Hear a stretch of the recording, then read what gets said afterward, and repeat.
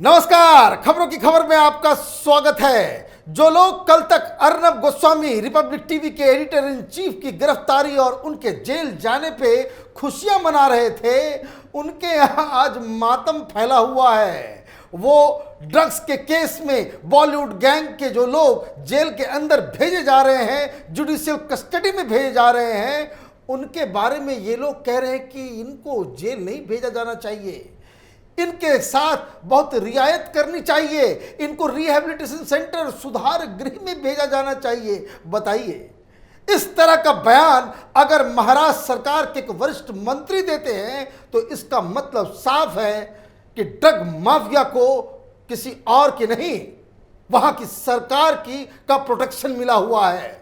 यह बात महाराष्ट्र के उद्धव ठाकरे के मंत्रिमंडल के वरिष्ठ मंत्री नवाब मलिक ने जो आज बयान दिया है वो काफी शर्मनाक तो है ही, लेकिन इसकी कहानी क्या है? ऐसी क्या बात है कि जब भी कोई ड्रग पेडलर पकड़ा जाता है तो एनसीपी के नेता के अंदर खलबली मच जाती है? इसके बारे में मैं डिटेल में आपको बताऊंगा। लेकिन आज की तो सबसे बड़ी खबर, कॉमेडियन उन गैंग के लोगों को जब पकड़ा जा रहा है जो लोग शोज के जरिए, कॉमेडी शोज के जरिए अर्नब गोस्वामी का मखौल उड़ा रहे थे, टेलीविजन चैनल बंद करने की धमकी दे रहे थे, वो आज उसी गिरफ्त में फंस गए हैं जिस केस में रिया चक्रवर्ती कई दिनों तक जेल में बंद हुई थी। अब सवाल यह है कि भारती सिंह और उसके पति हर्ष को 15 दिनों की जुडिशियल कस्टडी में जेल भेज दिया गया है। हर्ष उसी जेल में जाएंगे जहां अर्नब गोस्वामी को भेजा गया था और भारती सिंह कल्याण के जेल में रहेगी। और ये जो उनके ऊपर आरोप लगे हैं वो काफी संगीन हैं। कैसे एनसीबी फिर से एक्टिव हुई है और क्यों बॉलीवुड गैंग के अंदर एनसीबी की कार्रवाई से दहशत मची हुई है, इसे समझना जरूरी है। एनसीबी पिछले कुछ दिनों से कई सारे ड्रग पेडलर्स के यहां छापेमारी कर रही थी और कई सारे ड्रग पेडलर्स को पकड़ रखा था। अभी फिलहाल बताया यह जा रहा है कि 27 ड्रग पेडलर्स एनसीबी के गिरफ्त में हैं, उनसे लगातार पूछताछ हो रही है और इसी पूछताछ के दौरान ये लोग जो नाम उगल रहे हैं तो उनके खिलाफ बाकायदा सबूत इकट्ठा करते हुए एनसीबी अपनी कार्रवाई को आगे लेकर के जा रही है। फर्क क्या है? जब दीपिका पादुकोण, श्रद्धा को और नकुलप्रीत सिंह और तमाम इस तरह के लोगों को जब पकड़ा गया था तो ये आर्गुमेंट कोर्ट में दिया गया था, ये एक क्रिटिसिज्म हुआ था कि इन लोगों के खिलाफ कोई बरामदगी नहीं है, मतलब इनके घर में जो छापेमारी की गई तो वहां से कुछ बरामद नहीं हुआ और सिर्फ चैट के आधार पे किसी को के खिलाफ कार्रवाई नहीं की जा सकती। इस तरह के कानून के कुछ अपनी बाध्यता है, इस वजह से एनसीबी थोड़ी बैकफुट पे जरूर आ गई थी। लेकिन जो सेकेंड राउंड में जो एनसीबी ने अपना काम शुरू किया तो इस बार एनसीबी कदम अपने जो है फूक फूक कर रख रही है।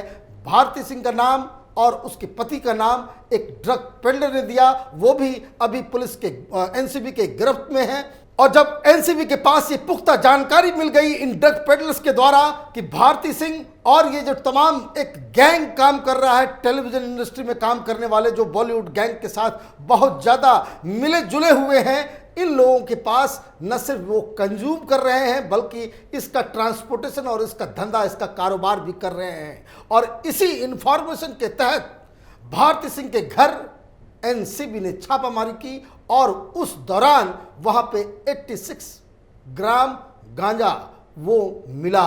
जब ये बरामदगी हुई तो इसका मतलब ये है कि जिस वजह से दीपिका पादुकोण, श्रद्धा कपूर और तमाम ये जो हीरोइंस जो थी वो बच निकली थी, भारती सिंह के सामने अब कोई चारा नहीं था। और जब उन्हें पकड़ लिया गया और जो पूछताछ की गई, पूछताछ के दौरान भारती सिंह और उसके पति इन दोनों ने कबूल किया है कि ये लोग गांजा को कंज्यूम करते थे, ड्रग्स का सेवन कर रहे थे।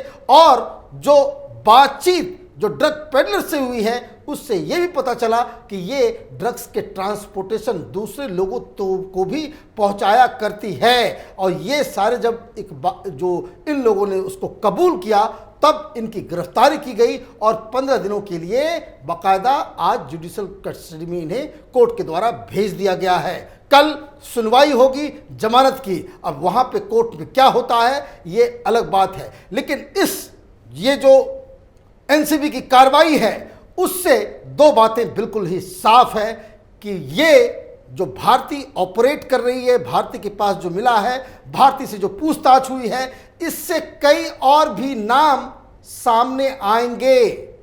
मैं आपको बता दूं, 2-3 बड़े नाम बॉलीवुड के, जिसे कह सकते हैं कि जो बड़े बड़े नाम हैं, उनके खिलाफ भी पूछताछ हुई है। उनके खिलाफ भी कई सारे सबूत एनसीबी इकट्ठा कर रही है, जिसमें जो फिरोज नाडियावाला है, जो बड़े बड़े फिल्मों का वो प्रोड्यूसर रहा है, प्लस अर्जुन रामपाल के खिलाफ कार्रवाई हुई है। और आगे आने वाले दिनों में यह खबर आ रही है कि बॉलीवुड के और भी लोगों के खिलाफ कार्रवाई होनी निश्चित है, क्योंकि एनसीबी इस बार बाकायदा प्री प्लान्ड होकर के बहुत कायदे से कर रही है, ताकि पिछली बार की तरह गलती जिस वजह से ये सारे लोग जो छूट गए वो इस बार बच ना पाए।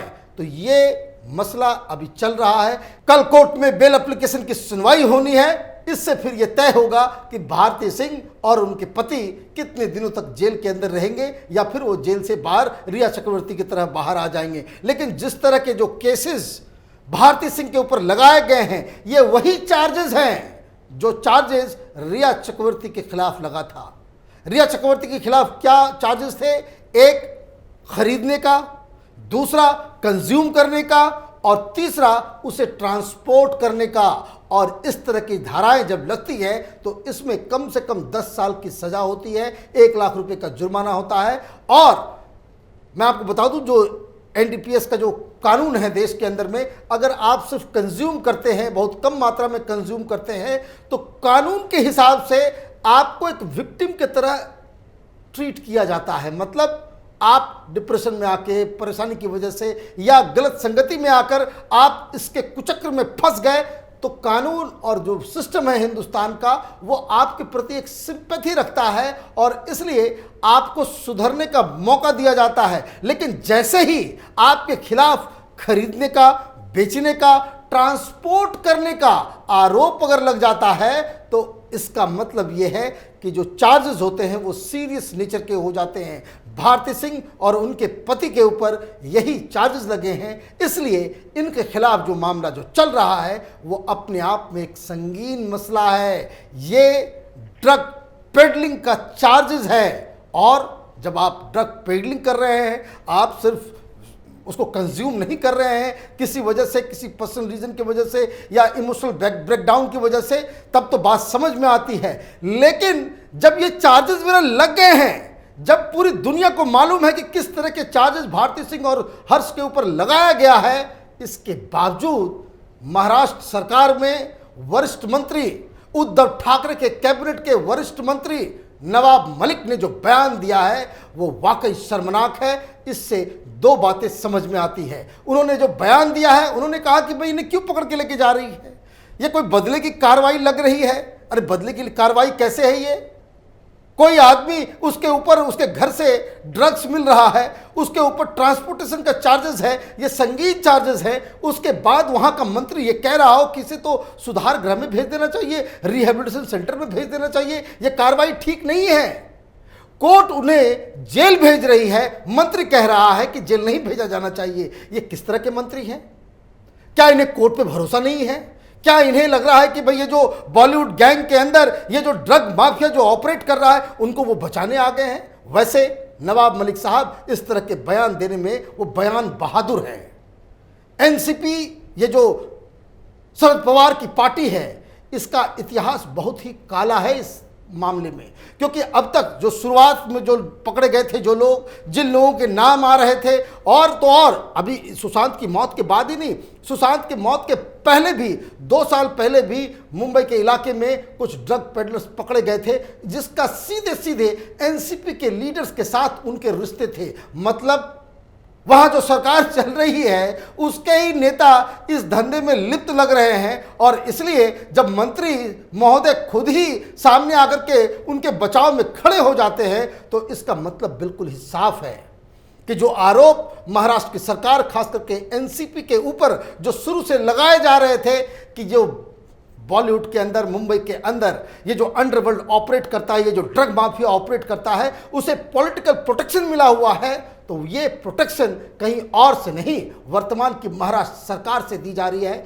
और ये अपने आप में बहुत ही गलत मैसेज जो आज महाराष्ट्र के इस मंत्री ने दी है कि आप कानून की, आप कोर्ट की बात को आप निरादर कर देंगे। आप मंत्री हैं, आपकी जिम्मेदारी है कि आपके इलाके में, आपके अधिकार क्षेत्र में जो भी एरिया आता है वहां पे ड्रग्स का नामो निशान ना हो, वहां कोई लेता ना हो, कोई धंधेबाजी नहीं होती हो। लेकिन आप जिस तरीके से सुशांत की मौत के बाद से लगातार महाराष्ट्र की सरकार, महाराष्ट्र के मंत्री, महाराष्ट्र की पुलिस वहां पे जिस तरीके से एक अलग एनसीबी के खिलाफ एक रुख इन्होंने बना रखा है कि ये सब तो बेकार की चीजें हैं, वो सवाल उठा रहे हैं कि भाई ये ड्रग कहां से आया, किधर से आया, एनसीपी को उस पर कार्रवाई करनी चाहिए, ये तो बेकार मासूम लोगों को पकड़ा जा रहा है। इस तरह की बातें आप पब्लिक में कहेंगे तो इसका मतलब साफ है कि जो लोग बॉलीवुड गैंग के अंदर, बॉलीवुड के अंदर, मुंबई के अंदर जो ड्रग्स का कारोबार कर रहे हैं उसको कहीं ना कहीं आप बचाने की कोशिश में जुटे हुए हैं। भारती सिंह कल जेल में आगे दिनों तक रहेगी, उनको बेल मिलता है या बहुत दिनों तक रिया चक्रवर्ती की तरह जेल में उनको काटना पड़ेगा। हर्ष का क्या होगा? क्या हर्ष रिया चक्रवर्ती के भाई की तरह लगातार जेल के अंदर ही रहेगा? ये कई सारे सवाल हैं जिनके जवाब कल कोर्ट के आदेश के बाद मिलेंगे। हमारी नज़र इस खबर पे बनी हुई है। आप देखते रहिए कैपिटल टीवी। हमारे वीडियोस को लाइक कीजिए, शेयर कीजिए और हमारे चैनल को सब्सक्राइब कीजिए। धन्यवाद। अगर आपको हमारा वीडियो पसंद आया हो तो इसे लाइक करें, हमारे चैनल को सब्सक्राइब करें और हाँ, बेल आइकन दबाना ना भूलें ताकि आप तक हमारे वीडियो की नोटिफिकेशन पहुंचती रहे। आप अपना सुझाव हमें कमेंट बॉक्स में दे सकते हैं। हमारे साथ जुड़ने के लिए शुक्रिया।